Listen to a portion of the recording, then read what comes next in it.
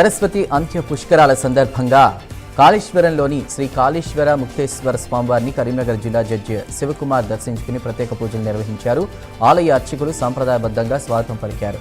దర్శనం అనంతరం అర్చకులు తీర్థ ప్రసాదాలు అందజేశారు. సైబరాబాద్లో ప్రజా రవాణాను ఆదర్శవంతంగా మారుస్తామని సైబరాబాద్ సిపి రమేష్ అన్నారు. సిటీలో ట్రాఫిక్ రద్దీని తగ్గించడానికి స్టూడెంట్ మొబిలిటీ ప్లాన్ను రూపొందించారు. ట్రాఫిక్ రద్దీ నివారణ, నిబంధనల అమలు, విద్యార్థుల భద్రత, తక్కువ ఖర్చు అనేటువంటి అంశాలే లక్ష్యంగా ఈ సరికొత్త విధానాన్ని తీసుకొచ్చారు.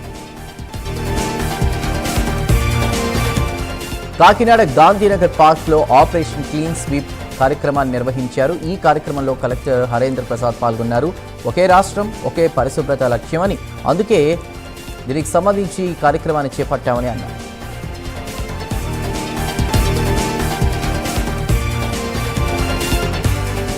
షార్ట్ సర్క్యూట్తో పంట పొలాల్లోని గడ్డి కట్టెలు కాలిపోయినటువంటి ఘటన జనగామ జిల్లాలో చోటు చేసుకుంది. షార్ట్ సర్క్యూట్ కారణంగా 17 మంది రైతులకు చెందిన 100 ఎకరాల్లో గడ్డి కట్టెలు కాలిపోయాయి. పంట పొలాల్లో కట్టేసి ఉన్న పశువులను విప్పడంతో ప్రమాదం తప్పింది. ఖమ్మం ఎన్టీఆర్ సర్కిల్ వద్ద డివైడర్ను ఆయిల్ ట్యాంకర్ ఢీకొట్టింది. ప్రమాద తీవ్రతకు లారీ ముందు చక్రాలు డివైడర్ పైకి ఎక్కాయి. అదే సమయంలో అక్కడ ఎవరూ లేకపోవడంతో పెద్ద ముప్పు తప్పింది. సమాచారం అందుకున్న పోలీసులు వెంటనే ఘటనాస్థలికి చేరుకుని ట్రాఫిక్ను క్లియర్ చేశారు. సీఎం చంద్రబాబుతో AP BJP chief PVN Madhav భేటీ అయ్యారు. రాబోయే స్థానిక సంస్థల ఎన్నికలకు సంబంధించి ఇరువురి మధ్య చర్చ జరిగింది. పర్యావరణ పరిరక్షణలో భాగంగా అమ్మ పేరుతో మొక్కలు నాటే కార్యక్రమాన్ని సీఎం చంద్రబాబు దృష్టికి మాధవ్ తీసుకుని వెళ్లారు. ఉమ్మడి వరంగల్ జిల్లాలో వడదెబ్బ మరణాలు ఆందోళన కలిగిస్తున్నాయి. 2 రోజుల్లో సన్ స్ట్రోక్కు 16 మంది బలయ్యారు. నిన్న ఒక్కరోజే జిల్లాలో 7 చనిపోయారు. మొన్న 9 మంది చనిపోయారు. ఉష్ణోగ్రతలు రోజురోజుకు పెరుగుతున్న నేపథ్యంలో ప్రజలు అప్రమత్తంగా ఉండాలని అధికారులు సూచిస్తున్నారు.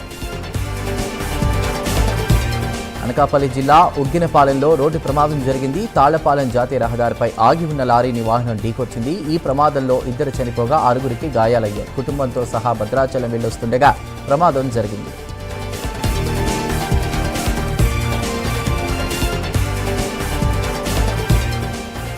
కాసేపట్లో చిత్తూరు జిల్లా పూతలపట్టులో సీఎం చంద్రబాబు పర్యటించనున్నారు. ఆరోగ్య సంరక్షణకు పెద్దపీట వేస్తూ ప్రభుత్వం తలపెట్టిన సంజీవని కార్యక్రమంలో పాల్గొనున్నారు. అక్కడ మధ్యాహ్నం 2 వరకు జరిగేటువంటి ప్రజావేదికలో పాల్గొని సంజీవని కార్యక్రమానికి ప్రారంభం చేయనున్నారు. కడప జిల్లా రాజంపేటలో తెల్లవారుజాము నుంచే మద్యం విక్రయాలు జోరుగా సాగుతున్నాయి.